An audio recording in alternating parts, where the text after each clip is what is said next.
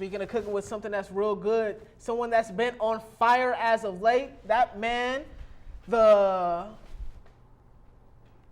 whatever Ty's doing. That's a dunk. And I'm leaving my wrist and arm in the hoop. I get it. I'm hanging, swanging. I got it.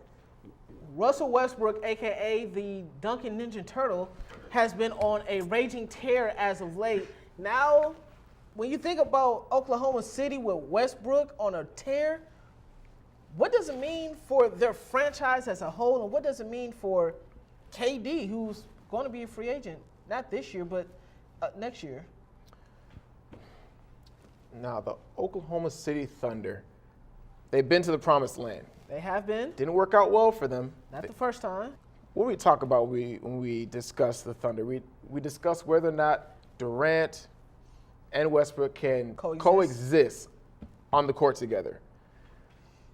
It seems like this is it's a one-person show. One man's got to be Batman, one person's got to be Robin, and we're not sure who's going to take it. Remember in the finals when Russell Westbrook did his thing and we criticized him because it didn't work out well for him. Then the following game he turns in an excellent performance, and they say, you know what, he's got the heart. Someone who we have questioned having the heart is Kevin Durant. Woo. A little bit. He's a little passive. And so I think that's part of this persona that Durant's trying to portray. Bad boy Kevin Durant. You media reporters don't know nothing.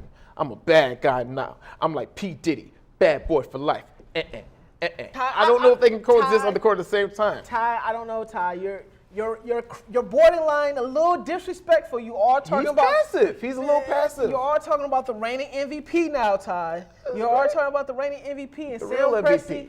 has put together a team over a number of years. They have put together a good franchise as they move forward. I think you have to keep both of these weapons of mass destruction with each other because they both have the ability. One might go off for 50 and the other one might go off for 40 the next game. It's just hard with this cap era, but the cap is expected to go up in a couple of years, so they might be able to keep them in max contract deals as they move forward.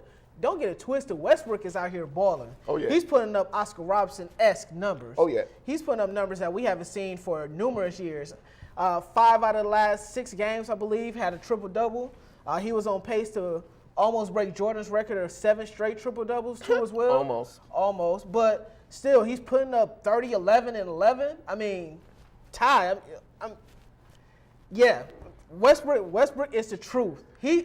He's playing like the truth right now, but when KD comes back, when he's back on that court, they are a championship contending team. Without Durant, I don't know if they can get out the West. Now, it goes without saying, the talent's there. The talent's there at Westbrook. And we mentioned, Sam, Presti and how he's put together this team, was not afraid to trade James Harden in 2012. Presti is a guy he'd rather get something rather than have one of his star players leave without, having something reciprocated there. So, dare we see Presti trade Durant, a player of Durant's caliber, so he's for sure to get something if he can't get a verbal commitment from Durant. We'll see. But the thing about it, what do you get?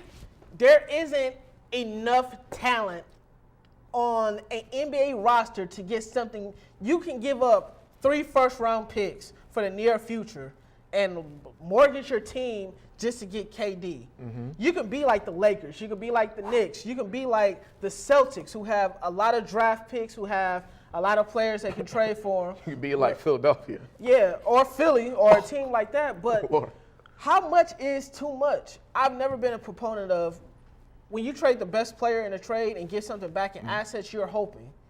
You're hoping. You're hoping on potential. Potential can get you fired. Hey, I hear you, but history does suggest you can't just let him walk for nothing. True. Not for nothing. I mean, let's talk about more so Durant and Westbrook. I mean, if you had to pick one player, that you had to mortgage your franchise on, who you taking? I am still going with KD. I agree.